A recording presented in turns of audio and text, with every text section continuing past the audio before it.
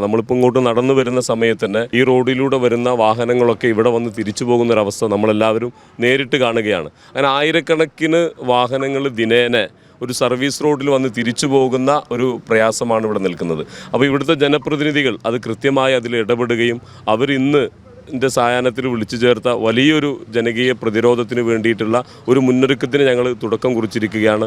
പൊതുപ്രവർത്തകരെന്ന നിലയിൽ നാടിൻ്റെ ഏറ്റവും വലിയ നീറുന്നൊരു പ്രശ്നമാണിത്.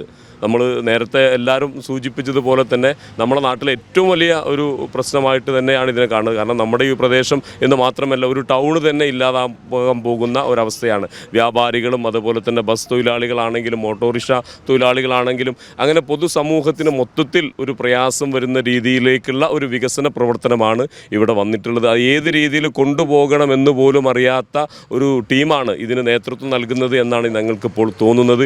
ഏത് രീതിയിലായാലും ഈ സമരവുമായി ഞങ്ങൾ മുന്നോട്ട് പോകും. അധികാരികളുടെ പക്കൽ നിന്ന് ഞങ്ങൾ അനുകൂലമായിട്ടുള്ള ഞങ്ങളുടെ ആനുകൂല്യം എന്ന് പറയുന്നത്, അവകാശം എന്ന് പറയുന്നത് സഞ്ചാര സ്വാതന്ത്ര്യമാണ്. അതിനെ ഹനിക്കുന്ന രീതിയിൽ ആര് മുന്നോട്ട് പോയാലും ഈ ഒരു സമരസമിതിയുടെ കൂടെ നിന്ന് ഈ ജനപ്രതിനിധി വളാഞ്ചേരി മുനിസിപ്പൽ കൗൺസിലർമാരുടെ അവിടുത്തെ ജനപ്രതിനിധികളുടെ കൂടെ നിന്ന് പൊതുപ്രവർത്തകരെന്ന നിലയിൽ ഞങ്ങളും ശക്തമായ പ്രതിഷേധത്തിന് അവരുടെ കൂടെ തന്നെ ഉണ്ടാകും. ഈ റോഡ് ഇല്ലാതായി കഴിഞ്ഞാൽ സംഭവിക്കുന്നത് ഓണിയൽ പാലത്തിലേക്കായിരിക്കും എൻട്രൻസ് വരിക. അതായത് ഇവിടുന്ന് കടന്നു പോകുന്ന ആളുകളൊക്കെ നമ്മുടെ വയഡക്റ്റ് പാലത്തിലൂടെ കയറി വേണം പോകേണ്ടി വരിക. അങ്ങനെയാണ്. തീർച്ചയായിട്ടും അങ്ങനെ തന്നെയാണല്ലോ. കാരണം കഞ്ഞിപ്പുരയിൽ വന്ന് തിരിച്ച് പിന്നെ ഓണിയിൽ പോയി പാലത്തിൽ വന്ന് പിന്നെ വളാഞ്ചേരിയിലേക്കും മറ്റുള്ള ഭാഗത്തേക്കും പോകുന്നൊരവസ്ഥയാണല്ലോ നമുക്ക് കാണാനുള്ളത്.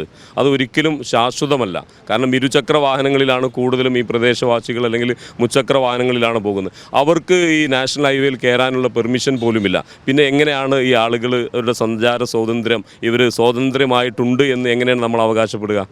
എന്തുകൊണ്ടായിരിക്കും ഒരുപക്ഷെ ജനപ്രതിനിധികളൊക്കെ ഇപ്പോൾ ഇതൊരു വലിയ വിഷയം തന്നെയാണ്. ഇപ്പോൾ നേരത്തെ പറഞ്ഞ പോലെ ഇരുചക്ര വാഹനങ്ങളൊക്കെ അങ്ങനെയാണെങ്കിൽ കഞ്ഞിപ്പുര വഴി തിരിഞ്ഞു വേണം ദേശീയപാതയിലൂടെ കടന്നു പോകാൻ കഴിയാത്ത വാഹനങ്ങൾക്ക് ആ രീതിയിൽ പോകണം. കിലോമീറ്ററുകളോളം വളഞ്ഞ് പോകണം. ഇതൊരു ഗൗരവമുള്ള വിഷയം ആയിട്ട് പോലും എന്തുകൊണ്ടാണ് ഇതിനൊരു വ്യക്തത വരാത്തത്? ജനപ്രതിനിധികളാണെങ്കിലും എം പി മുതൽ അങ്ങോട്ട് താഴെത്തട്ടേക്ക് എന്തുകൊണ്ടാണ് വലിയൊരു രീതിയിലുള്ളൊരു പ്രതിഷേധം അരങ്ങേറാത്തത്? ഇത്രയും സമയമായിട്ടും പ്രതിഷേധം അവരുടെ ശ്രദ്ധയിൽപ്പെട്ടിട്ടില്ല എന്നാണ് നമ്മൾ മനസ്സിലാക്കുന്നത്. കാരണം മുജീബിനെ പോലെ അതുപോലെ തന്നെ നമ്മളെ ഫൈസൽ തങ്ങളെ പോലെയുള്ള ആളുകളാണ് ഇത് ആദ്യം കണ്ടത്. നമ്മളൊക്കെ പെട്ടെന്ന് കാണുമ്പോൾ സർവീസ് റോഡ് ഇങ്ങനെ ഇതിലൂടെ വളാഞ്ചേരിയിലേക്ക് പോകുന്ന രീതിയിൽ തന്നെയാണ്. ഇപ്പോൾ നമുക്ക് നോക്കിയാലും അങ്ങനെ തന്നെ ഇവിടെ വന്ന് നോക്കുമ്പോഴാണ് നമ്മൾ അതിൻ്റെ ഈ ഒരു റോഡിൻ്റെ പൂർണ്ണതയിലേക്ക് ഇപ്പോഴും എത്തിയിട്ടില്ല.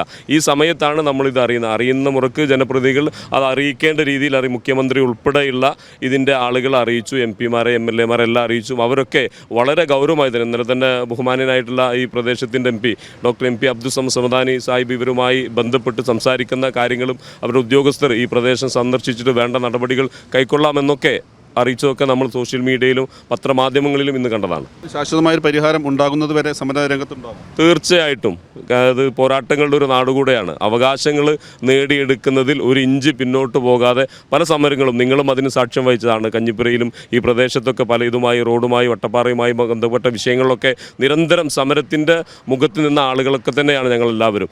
തീർച്ചയായും ഇനിയും അതുപോലെ തന്നെ ഞങ്ങൾ മുന്നോട്ട് പോകും.